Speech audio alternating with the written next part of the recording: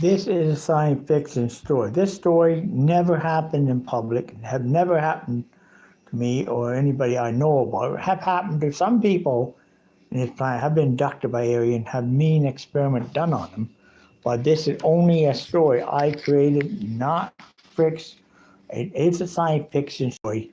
So I did not, these events that don't have, are not a story in science. So please listen and listen carefully because this is a science fiction story. Okay, as you know, I was heading toward home. I ended up in ended up seeing a beautiful bright star, but wasn't a star in the sky. It was a UFO. As I abducted by UFO, they were called the mirror race. They reflected like mirrors. So as I do, there were multiple me's in the mirrors all over the spring. And I'm standing there and I'm getting sick in my suit. How am I? What happened? And he said, nothing to worry about. The next thing I know, I was running out in the galaxy, and I was traveling out of the solar system towards how was I traveling out of this galaxy? And on this big spacecraft, nobody, and the guys were being held in tension force field. And I'm looking at it, think, okay, how am I going to sort out this force field? Then I thought about it, that, okay, maybe I can find out what generates the force. If I can just sort the power system out, I found a panel on the wall that loose. It got panel off. Then I changed a bunch of capacitors around on a board. As I switched the capacitors around, I turned around, it blew up and saw blue sparks and stuff. And after that, guess what? Then I turned around and the force field went down, of course, and it stopped. Got out of the force field. Then I thought this ship got like, I need to turn this thing around and bring it back to Earth. I don't know how we are. We have gone hyperspace, out of the galaxy. Where and how are we? And I don't want to bring a hyperspace in case I bring in a bad galaxy.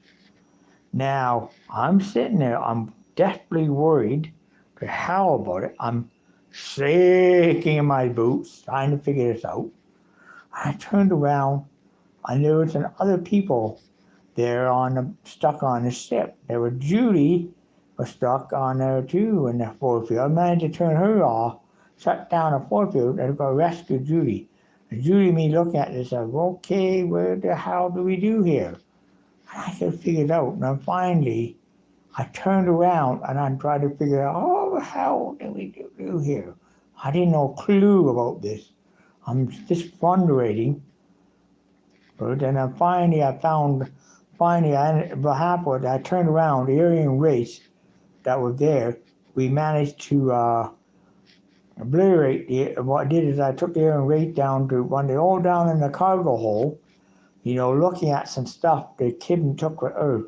I thought, well, look down. This car was saying down to a thing there. We got saying down. Everything was saying down except them. I thought, why not I depressurize the cargo hold and suck the aliens in the vacuum of space?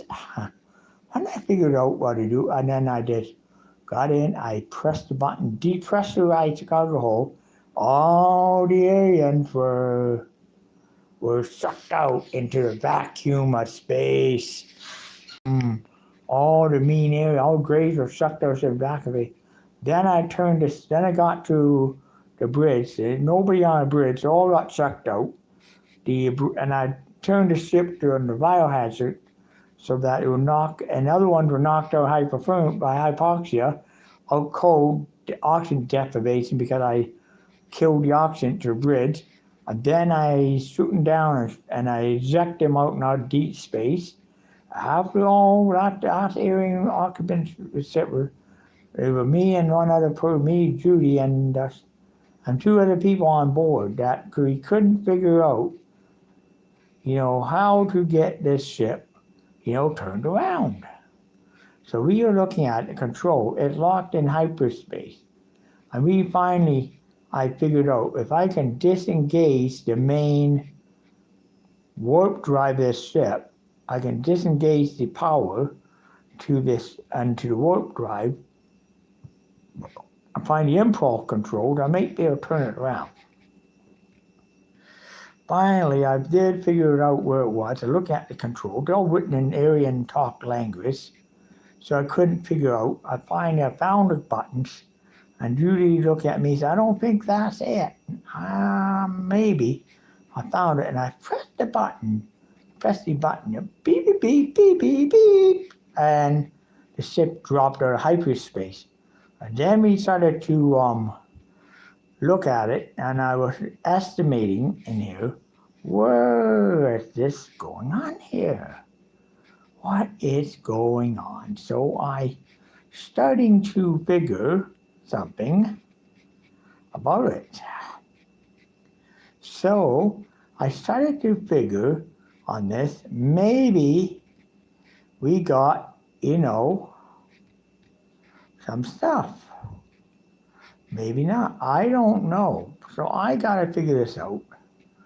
Anyway, do we have anything? Or do we not? Man, I ain't just sitting here thinking, oh my God, what are we going to do here? Now, we looked at computer screens. I looked at systems all written in Aryan language. I couldn't figure this out.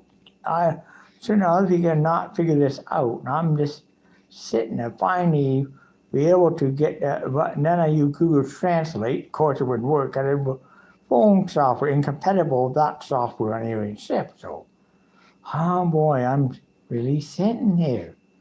And I just sitting in space. Finally, we figured out, I managed, okay, I figured out what to do here.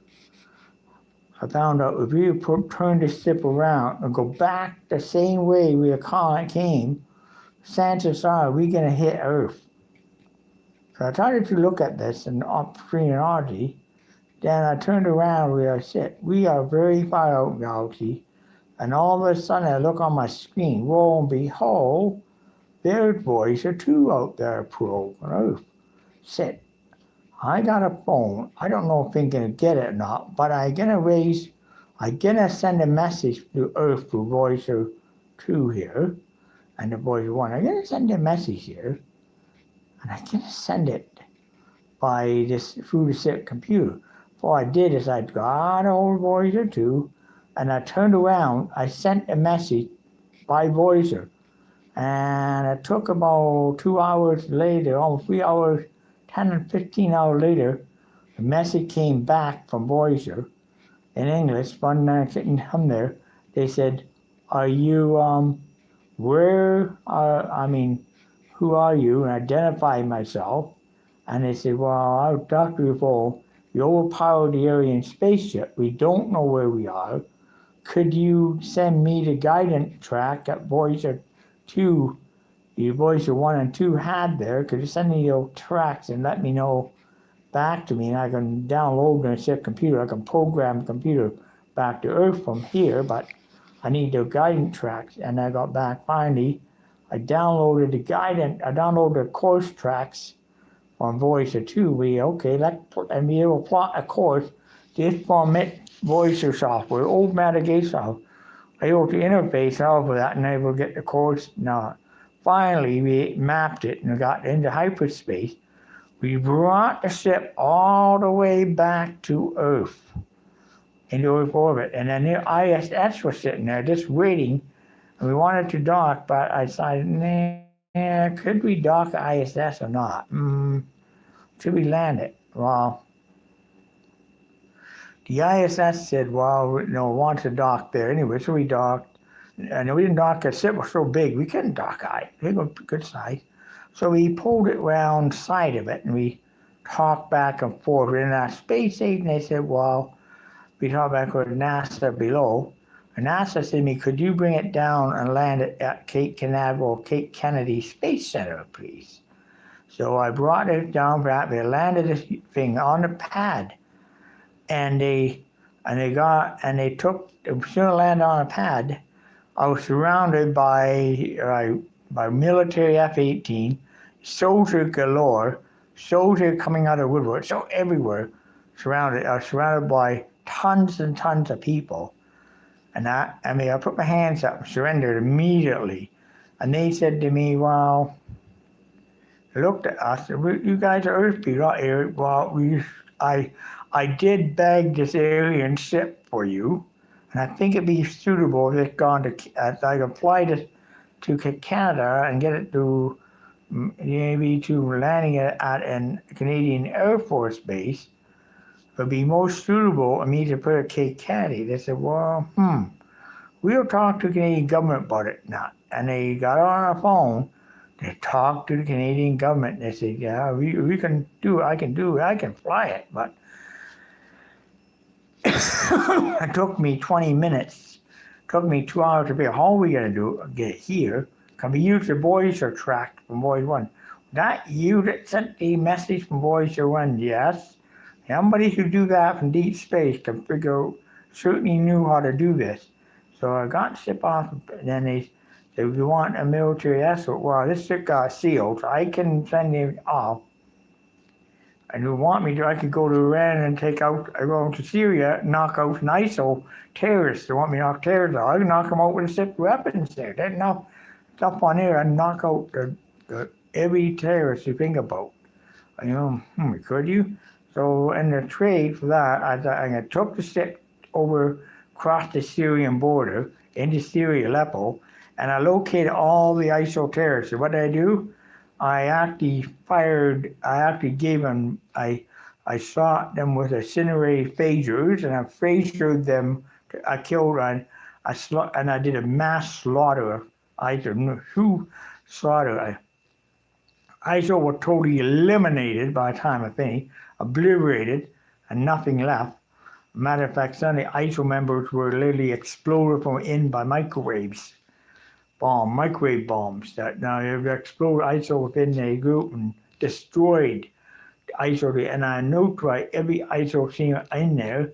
Then I turned the ship back to Canada, got to made it to Hamilton Airport, and after I made it there, landed it on there, and I waited for. Then the Canadian military came, Air Force. And then the door opened up, and all of a sudden I have news from reporters and scientists, and all of a sudden I turned around, and there was people from media, press all over the world were taking photos.